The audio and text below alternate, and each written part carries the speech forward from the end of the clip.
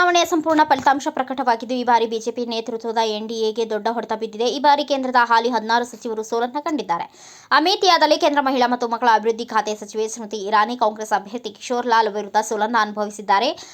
ಮೋಹನ್ ಲಾಲ್ಗಂಜ್ ಕ್ಷೇತ್ರದಲ್ಲಿ ಕೇಂದ್ರ ವಸತಿ ಖಾತೆ ರಾಜ್ಯ ಸಚಿವ ಕೌಶಲ್ ಕಿಶೋರ್ ಅವರು ಸಮಾಜವಾದಿ ಪಕ್ಷದ ಆರ್.ಕೆ. ಚೌಧರಿ ವಿರುದ್ಧ ಸೋಲನ್ನು ಕಂಡುಕೊಂಡಿದ್ದಾರೆ.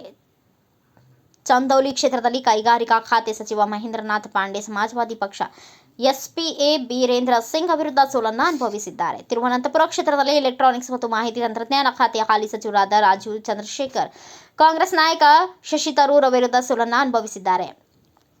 ಲಖೀಂಪುರ ಖೇರಿ ಕ್ಷೇತ್ರದಲ್ಲಿ ಗೃಹ ಖಾತೆ ರಾಜ್ಯ ಸಚಿವ ಅಜಯ್ ಮಿಶ್ರಾ ತೇನಿ ಸಮಾಜವಾದಿ ಪಕ್ಷದ ಉತ್ಕರ್ಷ ವರ್ಮಾ ವಿರುದ್ಧ ಸೋಲನ್ನು ಅನುಭವಿಸಿದ್ದಾರೆ.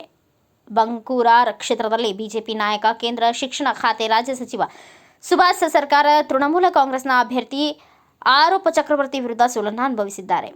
ಕುಂತಿ ಲೋಕಸಭೆ ಕ್ಷೇತ್ರದಲ್ಲಿ ಕೇಂದ್ರ ರೈತ ಮತ್ತು ಕೃಷಿ ಕಲ್ಯಾಣ ಖಾತೆ ಸಚಿವ ಅರ್ಜುನ್ ಮುಂಡಾ ಕಾಂಗ್ರೆಸ್ನ ಕಾಳಿಚರಣ್ ಮುಂಡಾ ವಿರುದ್ಧ ಸೋತಿದ್ದಾರೆ. ಬೀದರ್ನಲ್ಲಿ ಕೇಂದ್ರದ ರಾಸಾಯನಿಕ ಮತ್ತು ರಸಗೊಬ್ಬರ ಖಾತೆ ರಾಜ್ಯ ಸಚಿವ ಭಗವಂತ್ ಖೋಬಾ ಅವರನ್ನ ಕಾಂಗ್ರೆಸ್ ಅಭ್ಯರ್ಥಿ ಸಾಗರ್ ಖಂಡ್ರೆ ಸೋಲಿಸಿದ್ದಾರೆ.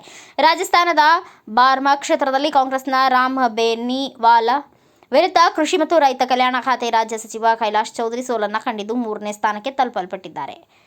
ಕೂಚ್ ಬೆಹಾರ್ ಕ್ಷೇತ್ರದಲ್ಲಿ ಯುವ ವ್ಯವಹಾರಗಳು ಮತ್ತು ಕ್ರೀಡಾ ಖಾತೆ ರಾಜ್ಯ ಸಚಿವ ನೆಸಿತ ಪ್ರಮಾಣಿಕ್ ಟಿಎಂಸಿಯ ಜಗದೀಶ್ ಚಂದ್ರು ಬಸೂನಿಯಾ ವಿರುದ್ಧ ಸೋಲನ್ನು ಕಂಡಿದ್ದಾರೆ. ಮುಜಾಫರ್ ನಗರದಲ್ಲಿ ಸಮಾಜವಾದಿ ಪಕ್ಷದ ಹರೇಂದ್ರ ಸಿಂಗ್ ಮಲ್ಲಿಕ್ ವಿರುದ್ಧ ಕೇಂದ್ರ ಸಚಿವ ಸಂಜೀವ್ ಬ್ಯಾಲನ್ ಸೋಲನ್ನು ಅನುಭವಿಸಿದ್ದಾರೆ. ಕೇಂದ್ರ ವಿದೇಶಾಂಗ ಮತ್ತು ಸಂಸದೀಯ ವ್ಯವಹಾರಗಳ ರಾಜ್ಯ ಸಚಿವ ವಿ ಮುರಳೀಧರನ್ ಅವರು ಕೇರಳದ ತಿರುವನಂತಪುರಂನಲ್ಲಿ ಸೋಲು ಕಂಡಿದ್ದಾರೆ. ಮೀನುಗಾರಿಕೆ, ಪಶು ಸಂಗೋಪನೆ ಮತ್ತು ಹೈನುಗಾರಿಕೆ ರಾಜ್ಯ ಸಚಿವ ಎಲ್ ಮುರುಗನ್ ಅವರು ತಮಿಳುನಾಡಿನ ನೀಲಗಿರಿ ಡಿಎಂಕೆಯ ರಾಜಾ ವಿರುದ್ಧ 2,40,585 ಮತಗಳ ಗಣನೀಯ ಅಂತರದಿಂದ ಸೋತಿದ್ದಾರೆ.